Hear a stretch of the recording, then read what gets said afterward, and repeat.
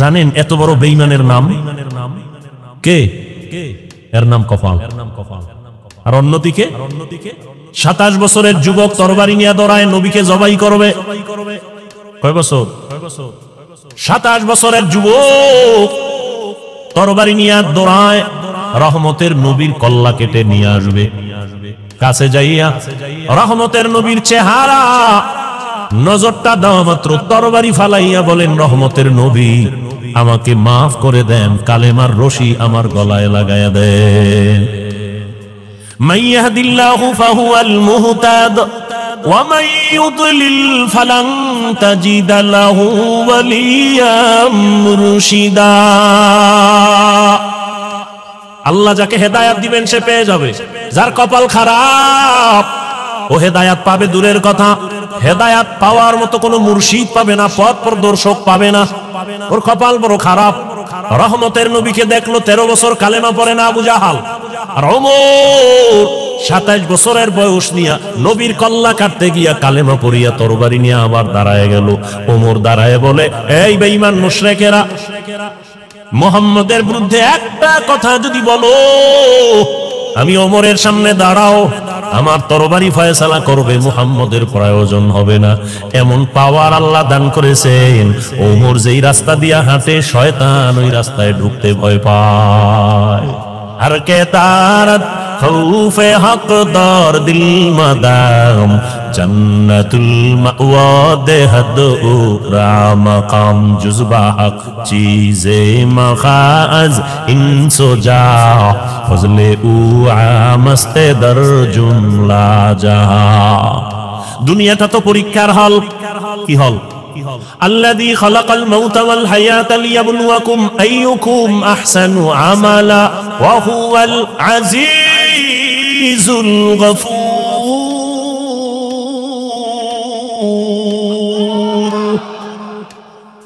আল্লাহ বলেন দুনিয়াটা পরীক্ষার হল, আমি আমলের পরীক্ষা নিব। পরীক্ষার হলে ঢোকার পরে প্রশ্নের উত্তর উল্টা লেখলো, বাধা দেয় না দেয়নি? দেয়। ভালো লাগবে তাকেও কোনো আলাদা ছাড় দেয় না। দুনিয়াটা পরীক্ষার হল, পরীক্ষার হল মানে স্বাধীনতা। প্রশ্নের উত্তর ভালো লেখো, বাধা নাই, উল্টা লেখো, নিষেধ নাই। কেন পরীক্ষার হল?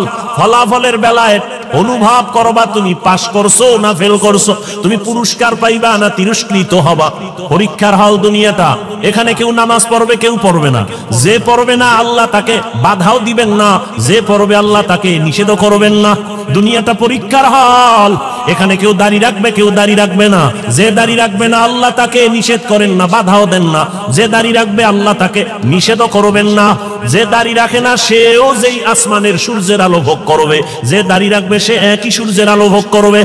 দাড়িওয়ালা মুমিন যেই গাছের ফল খাওয়ার স্বাধীনতা পায়, যে মুমিন না সেও ওই ফল খাওয়ার স্বাধীনতা আছে। কেন? বলে পরীক্ষার হল, বাধা দেওয়ার জায়গা না, সবাই স্বাধীন। ফলাফলের বেলায় দেখা যাবে তুমি জান্নাতি না জাহান্নামী। ফলাফলের বেলায় টের পাইবা কে পুরস্কার পাইবা, কে তিরস্কৃত হইবা। পরীক্ষার হল। মন্দিরেরও দরজা খোলা, মসজিদেরও দরজা খোলা। মন্দিরে ঢুকো, বাধা নাই, মসজিদে ঢুকো, নিষেধ নাই। পরীক্ষার হল। গানের বাজনা মাইক চলে, গানের প্যান্ডেল চলে, মেলার আওয়াজ চলে, নাচ গানের মাইক চলে, ওয়াজেরও মাইক চলে। এটাই তোমার পরীক্ষার হল। তুমি গানের প্যান্ডেলে ঢুকবা নাকি তুমি কোরআনের প্যান্ডেলে ঢুকবা? পরীক্ষার হল। তোমাকে স্বাধীনতা দেওয়া হয়েছে, তুমি চাইলে প্যান্ডেল গানের টায় ঢুকতে পারো, তোমাকে বাধা দেয়া হবে না। তুমি কোরআনের বাগানে ঢুকো, তোমাকে নিষেধ করা হবে না। আসিলে স্বাগত পাবে, হেথা পাবে ঠাই, নীরবে আসন নিবা, কোনো বাধা নাই। কিন্তু ফলাফলের বেলায় রেডি থাকো, ফলাফলের বেলায় তৈরি হও। ইয়া আইয়ুহাল্লাযীনা আমানুত্তাকুল্লাহ ওয়াল তানজুর নাফসুম মা কদ্দামাত লিগাদ ওয়াত্তাকুল্লাহ ইন্নাল্লাহা খাবীরুম বিমা তা'মালুন। ই কালামে জিন্দা কুরআনে হাকীম হিকমতে উলা ইয়াজালসতু কদিম জামিউল ইলম ফিল কুরআনে হাকীম তাকাসারাত আনহু আফহামুর রিজালি। রমজানুল মুবারক চলে গেল, ঘেরান এখনো যায় নাই। কিন্তু দুঃখ, মুসলমানের সন্তান রাস্তাঘাটে স্বাধীনভাবে চলে আর গান বাজায় আর বলে, হাজার বছরের মনে হয় যেন এবার ঈদের আনন্দ করেছি, আর একটু যদি ভালো হইতো ওপেন মেয়ে দিয়া রাস্তাঘাটে অবাধে জেনা করতে পারতো, তাহলে মনে হয় আরো আনন্দিত হইতো। আহ, তুমিও মুসলমান, আমিও মুসলমান, তোমার আমার আল্লাহ এক, নবী এক, কোরআন এক, কাবা এক, ধর্ম এক, কালেমা এক, কাফনের কালারও মনে আছে না? মহিলাদের 5 কাফন, পুরুষের কয় কাফন? 3টা, সব এক। কবরের সাইজও নাকি আপনাদের এলাকার কবর এক হাত বড়? সব কবরের সাইজ।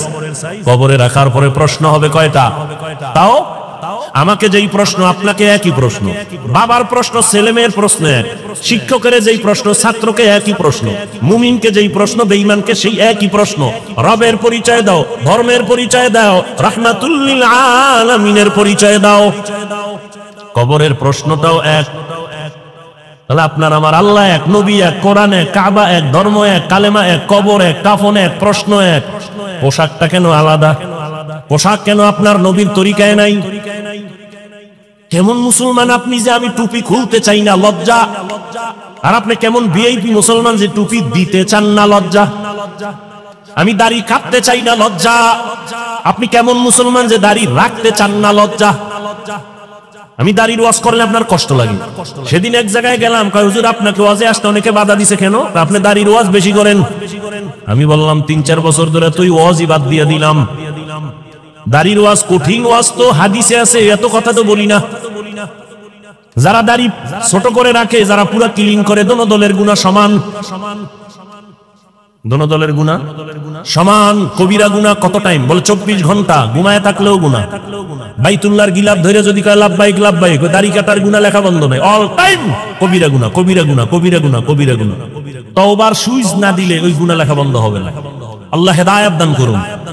আমি মসজিদে না ঢুকলে লজ্জা পাই, আপনার ঢুকতে গেলে লজ্জা হয়। আমি পর্দা না করলে লজ্জা পাই, আপনি পর্দা করতে গেলে লজ্জা পান। আপনি ভিআইপি মুসলমান। আল্লাহ হেদায়েত দান করুন। এত বয়ান, এত বয়ান, এত বয়ান, রোজার মাসটা না যাইতে বয়ান। ওরা তো আরো 3-4 দিন আগে আনছিল। আমি চিন্তা করলাম মাঠে ঢুকার সময় ওরা 3-4 দিন আগে যদি আইতাম তো আরো কত মানুষ। ঈদের সময় কত আনন্দ, শ্বশুর বাড়ি, বেয়াই যাবে বেআইনের বাড়ি, আগের থেকে ওয়াদা দেওয়া, জামা কাপড় সব রেডি করা, সেখানে কত আনন্দ, শালি দুলা ভাইয়ের আনন্দ, সেটা অপরিসীম, অকল্পনীয় আনন্দ। এ বাদ দিয়ে ওয়াজে 3 দিন আগে আইলে তো পাওয়াই যেত না আল্লাহর বান্দাদেরকে। সব আত্মীয় স্বজনের বাড়ি আনন্দ মিছিল আছে। আজকে কিছু হয়েছে, কেমনে কেমনে আইছে আল্লাহ ভালো জানে। আল্লাহ সবাইকে হেদায়েত দান করুন। ভাই মনে তো ভাবি আমরা বড় কামিয়াব হয়ে গেছি, কঠিন, বড় কঠিন। আপনি একটু চিন্তা করেন, আপনি চরমনের মুরিদ, তাবলিগওয়ালা, দেওবন্দি, সারসিনার মুরিদ, আপনি ছেলে মেয়ের অবস্থা কি একটু খেয়াল করেন তো? আপনি যে নিজেরে মহা বড় মনে করতেছেন, খুব সফল মনে করতেছেন, আপনার মাইয়া ফোলার হিসাব লন তো কি আপু, ওদের হালাত কি? আপনার সংসারের হালাত কি? আপনার ব্যবসার হালাত কি? আপনার ফুল ফ্যামিলির কি অবস্থা? রসুলের আদর্শ কই? তারা কই? জিন্দেগি মে বন্দেগি তু করনা হে,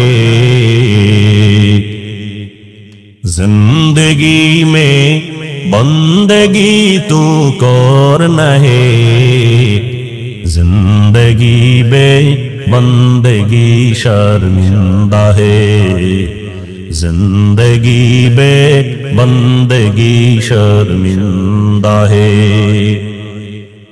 यहाँ हम सब मुसाफिर दिल ना लगा, अहले दिल की नजर से रूह करता जा। यहाँ हम सब मुसाफिर दिल ना लगा, अहले दिल की नजर से रूह करता जा। शाह दौलत सब फकीर गर नेक नहीं, शाह दौलत सब फकीर गर नेक नहीं जिंदगी में बंदगी तू करना है जिंदगी में बंदगी तू करना है जिंदगी बे बंदगी शर्मिंदा है जिंदगी बे बंदगी शर्मिंदा है जिंदगी में बंदगी कुन बंदगी बंदगी बे जिंदगी शर्मिंदगी। খারাপ লাগে আপনাদের? এত বয়ানের পরেও কেন আমাদের আমলের খাতা শূন্য? একমাত্র কারণ আল্লাহর আদালতে দাঁড়াইয়া হিসাব দেওয়ার ভয় নেই। এই জন্য আল্লাহ বারবার বলেন আমাকে ভয় করো, আমাকে ভয় করো, আমাকে ভয় করো। ইয়া আইয়ুহাল্লাযীনা আমানুত্তাকুল্লাহ, ও মুমিন আমি আল্লাহকে ভয় কর। ওয়াল তানজুর নাফসুম মা কদ্দামাত লিগাদ, সামনের জীবনের জন্য কি সম্বল সঞ্চয় করেছো হিসাব মিলাও। ওয়াত্তাকুল্লাহ, আল্লাহ বলেন আবার আমাকে ভয় কর। ইন্নাল্লাহা খাবীরুম বিমা তা'মালুন, তোর সব কাজের খবর আমি আল্লাহ অগ্রিম জানি। কি কাজ নিয়ে কবরে রওনা দিলা? কয়দিনের হায়াত? মহামারী করোনায় লাশ আর লাশ, ডেঙ্গুর ভেতরে লাশ, এমন একটা দিন নাই মরণের খবর নাই। গাড়ির নিচে লাশ, পানির নিচে লাশ, ঘুমের বিছানায় লাশ। মনে করছিলাম বুড়া মানুষটা আগে মরে যাবে, জুয়ানেরা কয়েকদিন পরে মরবে, কিন্তু ইদানিং কালে যত লাখ যুবকদের লাশ। এরে আমার কলিজার যুবক, যৌবনটারে কোন কাজে ব্যয় করেছো? আল্লাহর আদালত থেকে পালাবার উপায় নাই। কয়দিন আর বাহাদুরি করবা? এমন জীবন গড়িয়া কবরে যাও যে দুনিয়ার সবাই তোমার মরণে কান্না করবে, দোয়া করবে। আকাম কইরা মোবাইল চালাইয়া চেহারাটারে নষ্ট করে ফেলেছো। চেহারার দিয়ে তাকাইলে মায়া লাগে না, অথচ যুবকের 40 বছর পর্যন্ত চেহারা নষ্ট হবে না, কোনো ক্রিম লাগবে না, মেডিসিন লাগবে না। ও যুবক বলো, তোমার 40 বছরের আগে চেহারা কেন নষ্ট? তোমার চেহারার মধ্যে কেন নূর নাই, কোনো আলো নাই? তোমার চেহারা দিয়ে তাকাইলে মায়া লাগে না কেন? তোমার চেহারা যেমন কুৎসিত হয়ে গেছে, ঠিক এই মোবাইলের দিয়ে তাকায় থাকার কারণে চোখের পাওয়ার যাইতেছে, তোমার খবর নাই। কিডনি দুর্বল হচ্ছে, খবর নাই। হার্ট দুর্বল হচ্ছে, খবর নাই। মোবাইলের কারণে লেখাপড়া শেষ, তোমার খবর নাই। মোবাইলের কারণে তোমার চরিত্র ধ্বংস, খবর নাই। বিয়ে টিয়া করিস না জীবনে, বউয়ের হক আদায় করতে পারবি না, সেখান থেকে আবার অভিশাপ আসতে থাকবে। রাগ করিস না, যেগুলো দরকারি এটি বলতেছি। রাগ করো কেন? অন্যায় করছো, অনুতপ্ত হও, তওবা করো। স্ত্রীর হক আদায় না করলে সেখানে তুমি আসামি, সন্তানের হক আদায় করতে না পারলে তুমি আসামি। আমি তো সারা দেশে বলি, বহু বুজুর্গ, বহু আল্লাহওয়ালা, বহু পাগড়িওয়ালা, বহু জিকিরওয়ালারা কিয়ামতের দিন জিকির করিয়াও জাহান্নামে যাবে সন্তানের হক আদায় না করার কারণে। মাঝে মাঝে বলি, ওই তাবলীগওয়ালা, ওই পীরের মুরিদ, ও মক্কার হাজী, তোমার ইমানের পাওয়ার কত? টের পাওয়া যাবে মাইয়া বলার বিবাহের সময়। হাজী সাহেবের ইমানের পার্সেন্ট কত? টের পাওয়া যাবে মাইয়া বলার বিয়ার সময়। উপরে উপরে বলে কিচ্ছু চাই না, ভেতরে ভেতরে বলে এটা দিল না কেন? এটা কি মানবতা হলো? এটা দিল না কেন, সেটা দিল না কেন? গায়ে হলুদ ছাড়া বিয়া হয় না। হাজী সাহেব, তুমি কিসের পীরের মুরিদ, কিসের তাবলীগওয়ালা? গায়ে হলুদ হারাম, তোমার ঘরে কেন চলে? ডেক্সেট চলে, বিবাহের অনুষ্ঠানে গান চলে, কল্পনাই করা যায় না। বিধর্মীদের যে আড্ডা, এর থেকে বেশি চলে মুসলমানের ঘরে। হাজী সাহেব ভিআইপি প্যাকেজের হাজী, হ্যাঁ গিয়ে লাইভ দেয়, লাইভ বয় হয়ে গেছে, লাইভ বয়। ফেরাউনের বাথরুমের সামনে গিয়ে কয়, তোমরা জানো নি আমি এখন কোথায় আছি? তোমরা সবাই থাকো, আমি মক্কা নগরীর ফেরাউনের বাথরুমের সামনে আছি হাজী হওয়ার জন্য। লাইভে থাকো, আমি ভিতরে গিয়েও লাইভ দিব। কিতনা বড় বেহায়া বেলাজা। রাসূলের রওজায় গেলে মানুষ কান্না করে বেহুশ, কিন্তু কত নিমক হারামরা ওখানে গিয়া মোবাইলে লাইভ দেয়, কান্নাকাটি, নিজেরটাও নাই, অন্যের কান্নাও বন্ধ করে দেয়। হজ করতে গেছে, আল্লাহ হেদায়েত দান করুন। আল হাজ না বললে মেজাজ গরম হয়ে যায়। কেমন আজি? রাসূলের সহিহ হাদিস বলার সময় নেই। কিয়ামতের দিন নিরাত আলেম জাহান্নামের হ্যান্ডকাপ লাগাই দিবে আল্লাহ। নিরাত ওনার আলেম হওয়াতে ভেজাল ছিল না। দুনিয়ার সব মানুষ বলবে ভালো আলেম, কিয়ামতে আল্লাহ বলবে রে জাহান্নামের হ্যান্ডকাপ লাগা ধর। দুনিয়ার সব মানুষ বলে পিওর শহীদ, আল্লাহ কিয়ামতের ময়দানে বলবে শহীদ আয়, জাহান্নামের হ্যান্ডকাপ লাগায় জাহান্নামে নিয়ে যাও। কারণ শহীদ হইছে মানুষ তাকে বীর যোদ্ধা বলবে এই সুনামের জন্য, মাওলানা হইছে মানুষ তারে মাওলানা বলবে, আলেম বলবে এই সুনাম অর্জনের জন্য, দানবীর দান করছে তাকে সবাই শিল্পপতি বলবে এই সুনামের জন্য। ধর এদের যদি হালাত হয় আপনার আমার উপায়। এই জন্যই তো সাহাবায়ে কেরাম মৃত্যু পর্যন্ত শুধু কান্নার আওয়াজ, শুধু কান্নার আওয়াজ, কান্নার আওয়াজ। ও তাবলীগওয়ালা ভাই, ও পীর সাহেবের মুরিদ, ও হাজী সাহেব, ভালো করে মনে রাখেন, কিয়ামতের ময়দানে সন্তানের হক আদায় না করার কারণে আপনি হাসরের ময়দানে জাহান্নামের হ্যান্ডকাপ আপনার হাতে লেগে যাবে। জান্নাতে তো সোজা না। ইয়া আইয়ুহাল্লাযীনা আমানু কু আনফুসাকুম ওয়া আহলিকুম নারা ওয়াকুদুহান নাসু ওয়াল হিজারা আলাইহা মালাইকাতুন গিলাযুন শিদাদুন লা ইয়াসুনাল্লাহা মা আমারাহুম ওয়া ইয়াফআলুনা মা ইউমারুন।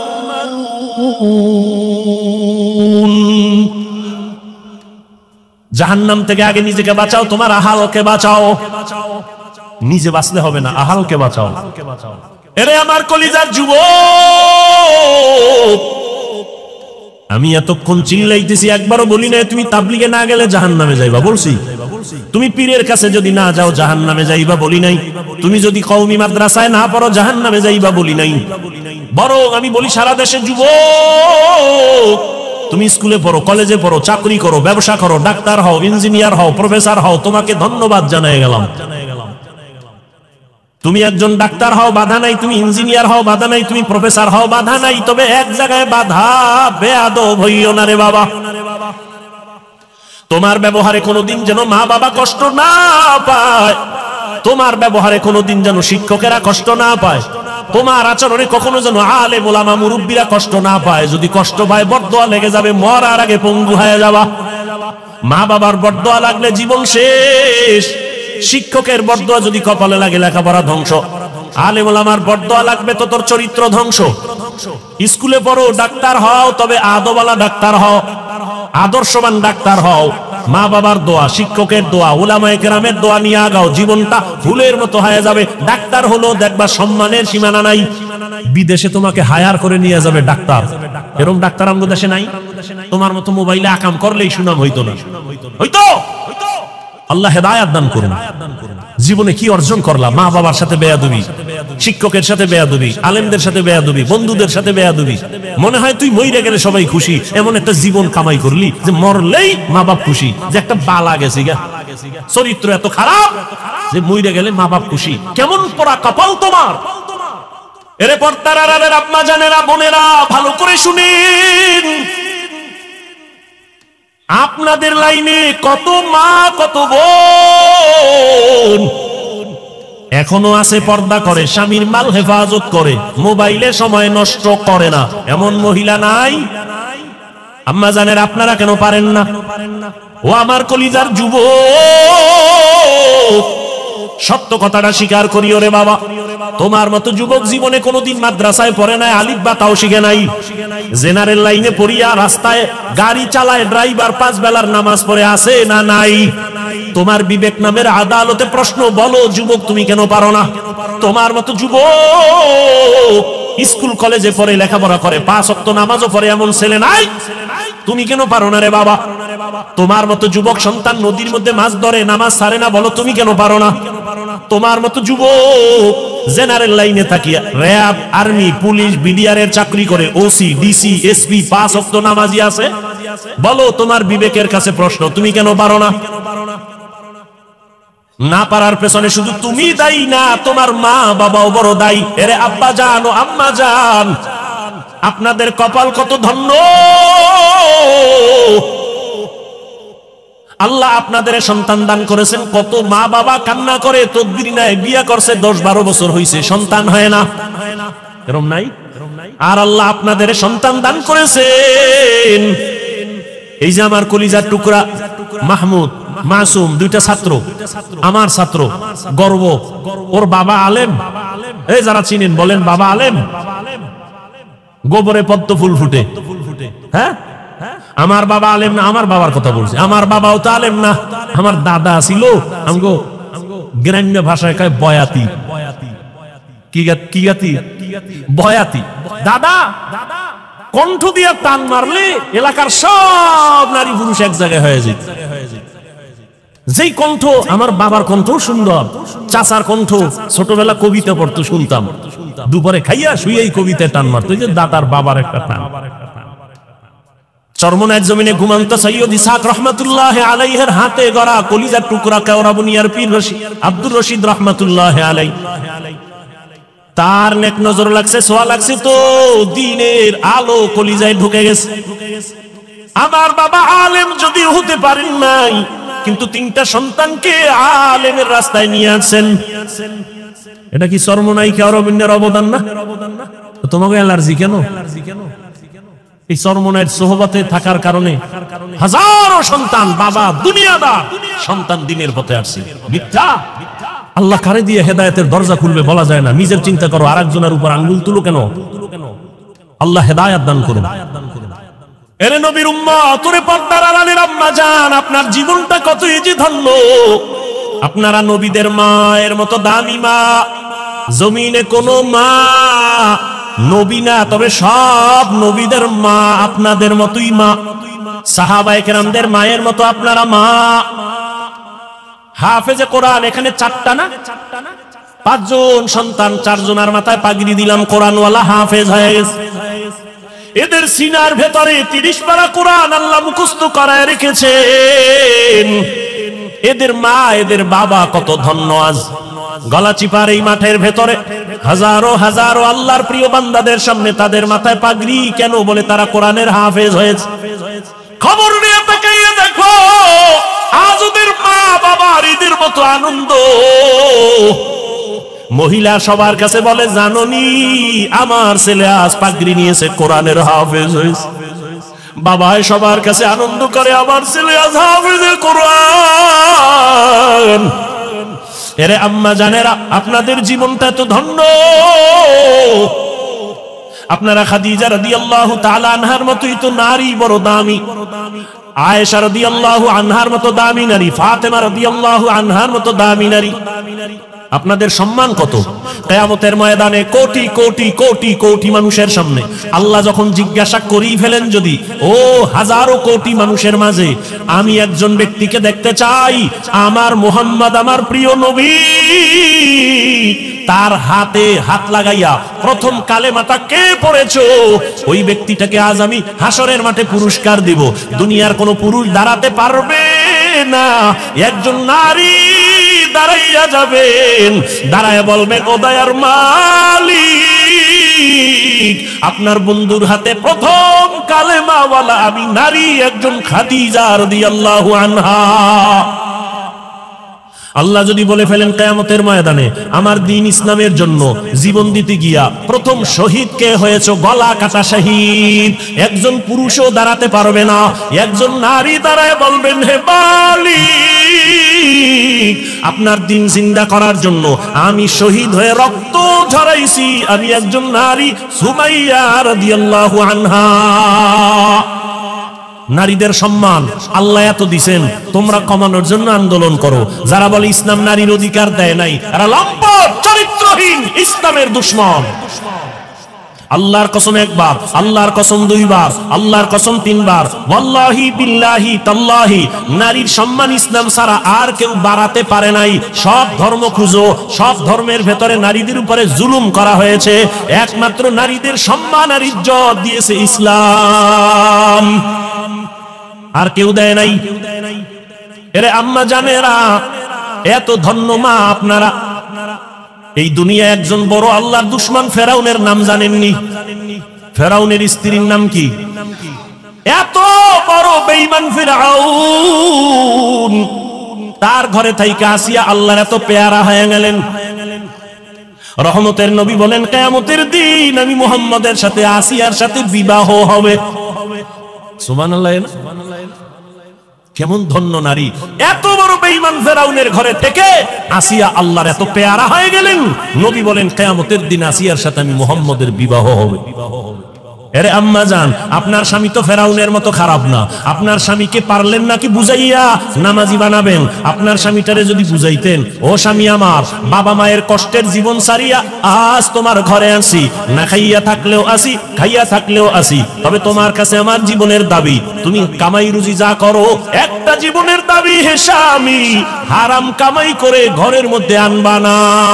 হারাম খাইয়া নিজের রক্ত নাপাক করব না, হারাম খাইয়া সন্তানের রক্ত নাপাক করব না। মা যদি সব স্বামীদের বুঝাইতেন, কোন স্বামী হারাম টাকায় ব্যবসা করত না। আল্লাহর ভয়, তাকওয়া আল্লাহর মহা একটা সম্পদ, যার অন্তরে ঢুকবে সে বিনা হিসাবে জান্নাতি। কার ভয়? আল্লাহর ভয়। ওমরে ফারুক রাদিয়াল্লাহু তাআলা আনহু দিনের বেলা মানুষের বিচার করেন, রাতের বেলা ঘুরে ঘুরে মানুষের কি হালাত গোপনে গোপনে দেখেন। ঘুরতে ঘুরতে ওমর বাগানের ভিতরে ঢুকলেন, পাহাড়ের পাশে দেখে বাতি জ্বলে, রাতের বেলা বাতি জ্বলে। ওমর গিয়া কাছে দাঁড়ায় দেখে একটা ভাঙা ঘর, ঘরের মধ্যে নারীদের আওয়াজ, দুই নারী, একজন মা আর একটা মেয়ে। মা বলে, এই মেয়ে, আগামীকাল গাভীর দুধ বিক্রি করতে নিবি, পানি বেশি দিয়া নিবি। কে কয়? মা কয়, মা মেয়েকে। ওমর কই? ওমর কিন্তু ঘরের পেছনে দূরত্ব বজায় রেখে গোপনে দাঁড়ায় আছে শুনি। মা বলে, ওই কন্যাকে বলে, মা, এই মেয়ে, কালকে গাভীর দুধ বিক্রি করতে নিবি, পানি বেশি মিশায় দিবি। মেয়ে কি কয়? মা, ওমর যদি শুনে কল্লা কেটে ফেলবে। মা বলে, ওমর তো শুনবে না। মেয়ে ডাক দিয়ে কয়, মা, ওমর যদিও শুনবে না, তবে ওমরের আল্লাহ তো শুনবেন। ওমর কই? ঘরের পাশে চুপ করে ওমর চলে গেছে। ওমরে ফারুক রাদিয়াল্লাহু তাআলা আনহু চলে গেলেন। পরের দিন আদালতে বৈশা ওই মেয়ে আর মাকে ডাকালেন। ভয়ে কাঁপতেছে, না জানি আজ ফাঁসি হয়। কিন্তু না, হযরত ওমর আদালতে দাইকা সম্মানের সাথে বললেন, ও ধন্য মেয়ের ধন্য মা, এমন একটা ফুটন্ত গোলাপ আপনার ঘরে পেয়েছেন, আপনার জীবনটা বড় ধন্য। আপনার মেয়েটা এত সুযোগ পাইয়াও আল্লাহর ভয় অন্তরে জমা রাখছে। আল্লাহর ভয়, তাকওয়া। আমি আজ আপনাকে ডাকছি, ভয় নাই, ভয় নাই। আপনি যদি খুশি হন, আমি ওমর চাই আপনার মেয়েটাকে আমার ছেলের জন্য বিবাহের বন্ধনে নিব। মা খুশি না বেজার? মা ডাক দিয়া কয়, আলহামদুলিল্লাহ, খলিফাতুল মুসলিমিন ওমর আমার মেয়েকে তার পুত্র বধূ বানাতে চায়, আল্লাহ কবুল করো। ওই মেয়েটাকে ওমর তার ছেলের জন্য নিয়েছেন, বিবাহের বন্ধনে আবদ্ধ করে দিলেন। এবং এই মেয়ের গর্বের ধারায় আছে আর একটা আকাশের ফুটন্ত চাঁদ, ওমর ইবনে আব্দুল আজিজ। এরে আম্মা জানেরা, কয়দিন আর বাহাদুরি, মইরা গেলে কেউ নামও নিবে না। হ্যাঁ, ভালো ছেলে যদি রাইখা যান, তাহলে ওই ছেলের কারণে আপনিও দোয়া পাবেন। আর যদি ভালো ছেলে না রাখেন, দুনিয়ার কেউ আপনাকে চিনবে না, জানবে না। এরে আম্মা জানেরা, আপনার মতো কত মা এখনো আছে, পর্দা করে, হালাল ভাবে চলে, স্বামীর মাল খেয়ানত করে না, মোবাইলে সময় নষ্ট করে না। আপনি কেন পারবেন না? তওবা করে নেন। ও আমার কলিজার যুবক বাবারা, এখনো সময় আছে, মনটাকে বুঝাইয়া তওবা করো। তোমার মতো যুবক স্কুল কলেজে পড়ে, নামাজি অভাব নাই, তুমি কেন পারবা না? মনে মনে আল্লাহকে ডাকো, হে মালিক, জীবনে মনের চাহিদা পূরণ করতে গিয়া কত দাড়ি কাটলাম, কত নামাজ ছাড়লাম, বেপরদায় চললাম, কত পার্কে পার্কে ঘুরলাম। আজ থেকে তওবা করতে চাই, আর দাড়ি কাটবো না, বেপরদায় চলবো না, মা বাবার সাথে বেয়াদবি করবো না, নবীজির আদর্শ মানিয়া চলবো। উলামায়ে কেরামের পরামর্শ নিয়ে চলবো, শিক্ষকের দোয়া নিয়ে চলবো। আল্লাহর কাছে খাঁটি মনে যদি তওবা করতে পারো, তুমি ডাক্তার হলেও তোমার জীবনটা ধন্য হয়ে যাবে, ইঞ্জিনিয়ার হলেও তোমার জীবন ধন্য, তুমি প্রফেসর হলেও তোমার জীবনটা বড় ধন্য হবে। ও বৃদ্ধ বাবাজি, আপনার মতো কত বাবারা মসজিদে গিয়া 5 বেলার নামাজ আদায় করে, আপনি কেন পারবেন না? আল্লাহর ধরা বড় কঠিন, আপনি ভুলে গেলে চলবে না। আল্লাহর কাছে এখনো সময় আছে, তওবা করে নেন। আল্লাহ পাক রব্বুল আলামিন কত যে দয়াময়, আবার তেমনি ভয়ঙ্কর। রহমতের নবী এশার নামাজ পড়ে আম্মাজান আয়েশার হুজরায় ঘুমায় গেলেন। তন্দ্রাচ্ছন্ন নবী বলেন, আমি ঘুমাইলে চোখ বন্ধ থাকে, আমার অন্তর ঘুমায় না। হঠাৎ করে রাতের গভীরে আমার কানের মধ্যে শুনি কে যেন কান্না করতেছে। নবী বলেন, আমার ঘুম ভেঙে গেল, এই গভীর রাতে কে কান্না করে? রহমতের নবী বলেন, আমি উঠলাম, উঠিয়া আমি বিছানার থেকে বের হয়ে গেলাম, নজর দিয়া দেখি আমার হুজরার পাশেই তো মসজিদে নববী। নজর দিয়া দেখি আমার এক সাহাবী নামাজে দাঁড়ায় দাঁড়ায় গভীর রাতে কান্না করে। আমি রহমতের নবী হঠাৎ চমকে উঠলাম, কোন সাহাবী এই গভীর রজনীতে কাঁদে? ভালো করে নজর করে দেখি, আল্লাহর পেয়ারা সাহাবী আমার আবু বকর গভীর রজনীতে নামাজে দাঁড়ায় কান্না করে।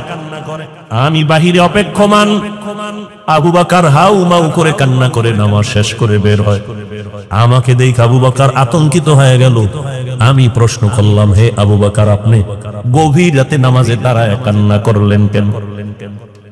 আবু বকর চোখের পানি ছেড়ে বলেন, ইয়া রাসূলুল্লাহ, আল্লাহর আযাবের ভয় আমি নামাজে দাঁড়ায় কান্না করেছি, একটা আয়াত পড়ে পড়ে কাঁদছি। ইন্নাল্লাহা আশতারা মিনাল মুমিনিনা আনফুসাহুম ওয়া আমওয়ালাহুম বিআন্না লাহুমুল জান্নাহ। আল্লাহ পাক বলেছেন, মুমিনের জান মাল আমি আল্লাহ কিনে নিয়েছি, বিনিময়ে মুমিনকে জান্নাত দিয়েছি।